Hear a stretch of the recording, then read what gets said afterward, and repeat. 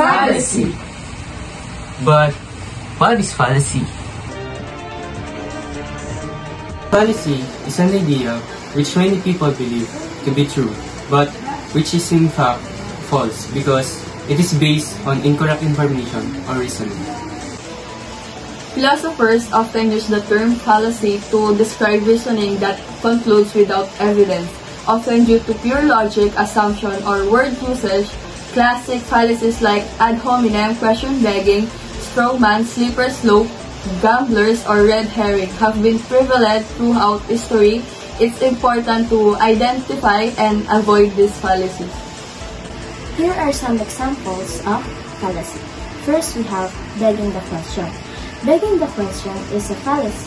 Fallacy is an argument where the conclusion is assumed in one of the premises. It is an attempt to prove something is true while simultaneously taking the same thing for granted. This line of reasoning is fallacious because the assumption is not justified by any evidence. Begging the question fallacy example. The belief in God is universal. After all, everyone believes in God. An example about the conclusion, the belief in God is universal, validly follows from the premise everyone believes in God, but only because the conclusion is simply rewarding of the premise. Here, we assume in the premise that what we supposedly proved in the conclusion. This is a faulty line of reasoning because you cannot assume what you are trying to prove. Parang ganito kasi yan eh. Nagtatanong ka tapos ang sagot mo ay parang nag-a-assume na totoo yung sinasabi mo. Halimbawa, sasabihin mo, bakit masamang magnakaw? Tapos sasagutin mo na, kasi bawal magnakaw.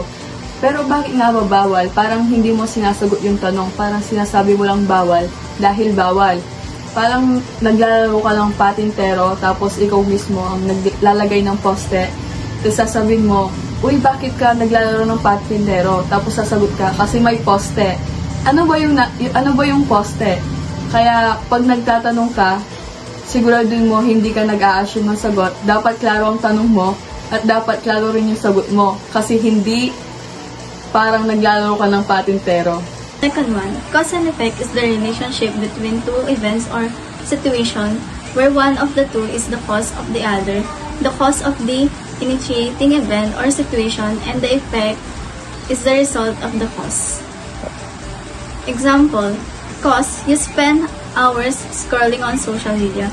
The effect is you woke up late in the morning.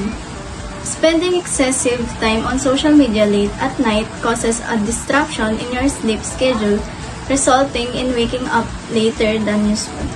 Overall, yung cause is yung action na ginagawa mo or gagawin mo, and then yung effect, yun yung resulta ng ginagawa mo. Third, we have fallacy of composition. So, what is fallacy composition?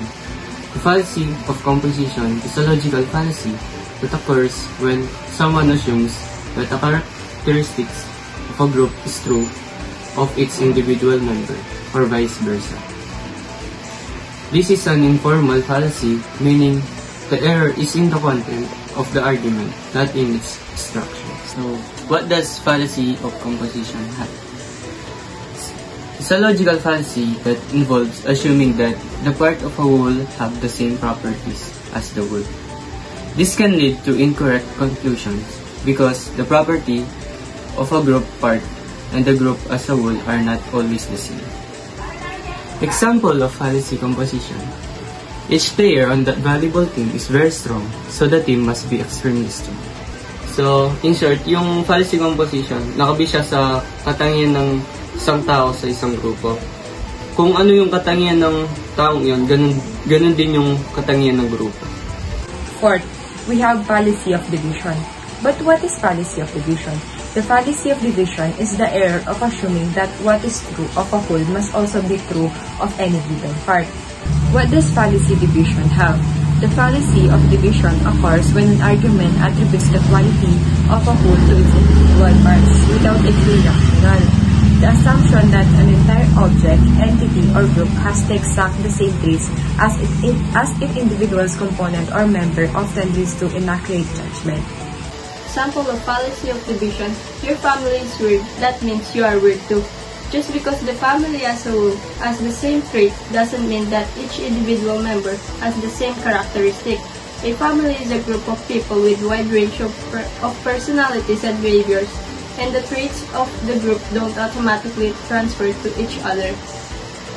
So, to sum up, ang fallacy of division ay isang pag-iisip kung saan ang isang katotohanan na pinaniniwalaan ng karamihan ay totoo na rin ito sa any given part.